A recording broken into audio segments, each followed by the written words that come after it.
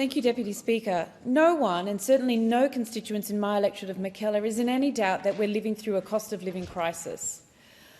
A full 4 percentage point rise in interest rates since May 2022, increasing electricity, gas, petrol and grocery bills, and higher prices for everything from travel to education are hurting individuals, families and small businesses alike. A record 1.5 million people, almost a third of all mortgage holders, are now considered at risk of mortgage stress.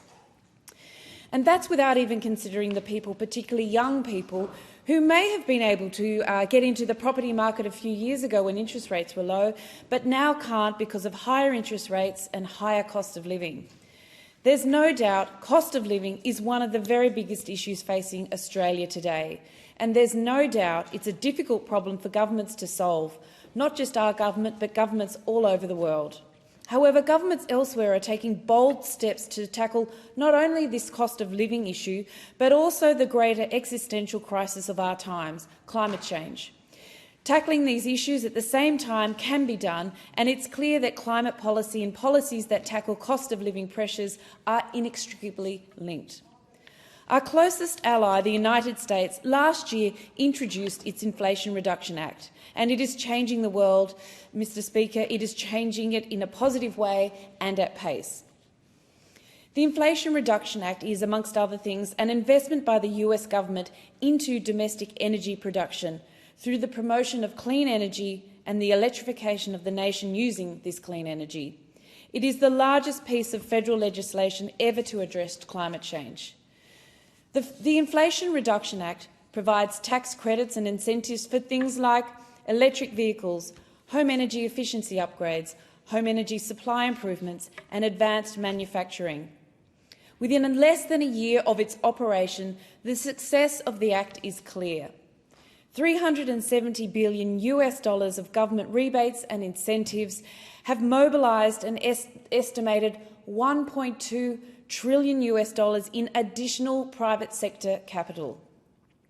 Australia can and must rise to the challenge thrown down by the US. In fact, it is not so much as a challenge as a once-in-a-generation, game-changing opportunity for a renewables industrial revolution here in Australia. To do nothing would be to lose talent, to lose investment and to lose innovation to the more favourable conditions established in the US. To do nothing would be to miss an opportunity to reduce the cost of living pressures facing millions of Australians. It's time for the Australian government to design a system of incentives and rebates to turbocharge the transition to a clean energy economy. Our response must be unique to Australia, of course, and play to our comparative advantages. That comparative advantage is incredible. Our wind, solar, critical minerals and energy transition metals are the envy of the world. Here is what we could start with: the production and export of green iron and steel, green alumina and aluminium, the processing and refinement of minerals and metals, advanced manufacturing in solar, wind and battery componentry, electrolyzers and grid control technology, the electrification of heat pumps and home energy management systems, the acceleration of transmission infrastructure, including cabling and towers, and investment in zero-carbon transport, vehicles and fuels.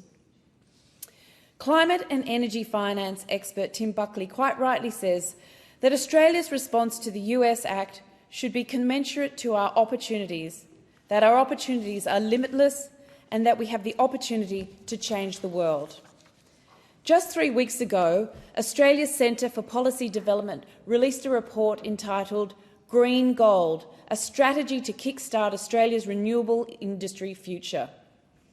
The report calls for the Australian government to respond more aggressively to the US Inflation Reduction Act by spending $100 billion for green aluminium and ammonia and onshore processing of iron ore over the next 10 years. What's incredible is that this could be paid for by simply ending federal subsidies for the fossil fuel industry, which currently sit close to $10 billion a year or $100 billion over 10 years. An Australian IRA-style bill would not only help to decarbonise our economy, but it would help create the highly paid clean energy jobs of the future and, importantly, would help to reduce a huge cost of living pressure that Australians face. We must urgently rise to this challenge.